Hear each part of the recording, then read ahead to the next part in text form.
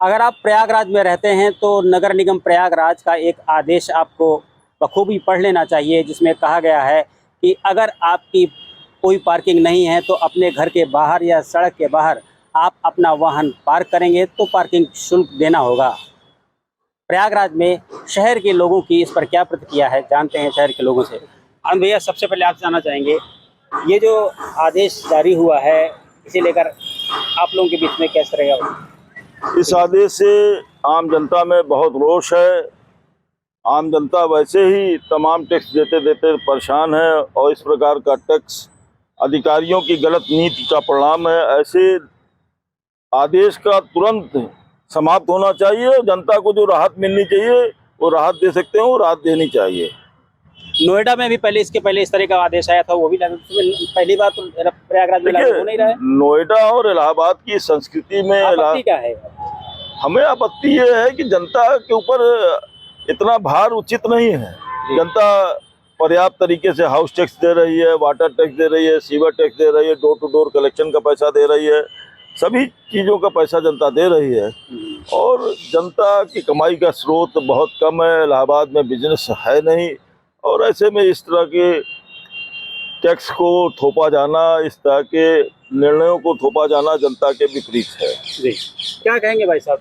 अगर आपके पास 2 पहिया है, 4 पहिया जो कुछ भी है, तो आप पार्किंग नहीं है तो फिर आपको देना होगा। नहीं, ये तो बहुत गलत बात है। ये हमारे ऊपर एक अलग से बर्डन डाला जा रहा है, इसका हम विरोध करते हैं।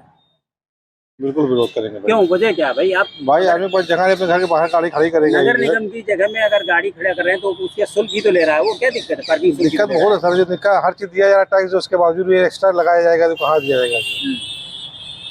तो आप लोग जमा नहीं करेंगे शुल्क? नहीं अब सर विरोध तो रहेगा ही जो है ना। क्या कहेंगे? धान उगाई का अड्डा है, अगर उनको टैक्स लेना है तो पहले मल्टी पार्किंग की व्यवस्था करें, जिसकी वजह से गाड़ियाँ सुरक्षित हुए।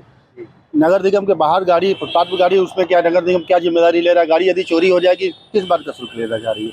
यही रोष है, यही मेरा कहना है। भैया क्या कहेंगे? भैया मैं भी इसका विरोध करता हूँ पूरी तरह से। भाई मैं रोड टैक्स दे रहा हूँ, रोड पे चलती है, रात में गाड़ियाँ अपने घर के सामने नहीं खड़ी करेगा तो कहाँ खड़ी करेगा रात में?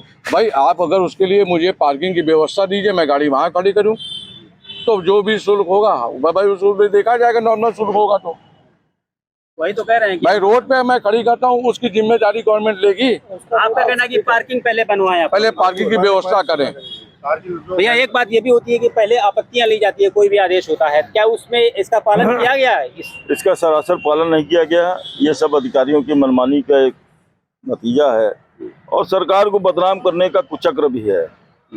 सरकार को पहले व्यवस्थित रूप से मल्टी लेवल पार्किंग बनाई जानी चाहिए थी, बनानी चाहिए थी, जिसमें जनता वहाँ जो शुल्क निर्धारित होगा वो जनता देने को तैयार, स्वेच्छा से देने को तैयार। लेकिन सड़क पर अगर हम गाड़ी खड़ी करते हैं, उसका शुल्क आप ले रहे हो तो उसकी जिम्मेदारी भी आपको लेनी पड़ेगी। वसूली करेंगे लेकिन जिम्मेदारी नहीं लेंगे। जिम्मेदारी नहीं लेंगे तो किस बात पे हम पैसा देंगे? हमें गाड़ी की सर्विस भी चाहिए। जैसे नगर निगम उपलब्ध है, कहाँ रखेंगे हम? अब विकल्प क्या है आपके पास? विकल्प यही है मल्टी पार्किंग का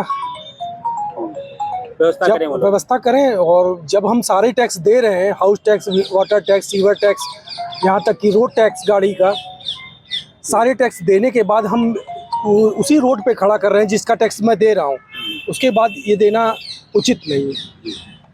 तो प्रयागराज शहर के जो ज़्यादातर स्थानीय लोग हैं उनका कहना है कि जब तक नगर निगम इसके लिए वैकल्पिक व्यवस्था नहीं करती, पार्किंग नहीं करती, तब तक ऐसा कोई टैक्स लगाना जायज़ नहीं है, क्योंकि हर चीज़ का टैक्स यहाँ की जनता दे रही है। Dinesh Singh, TV9 UP, Prayagraj.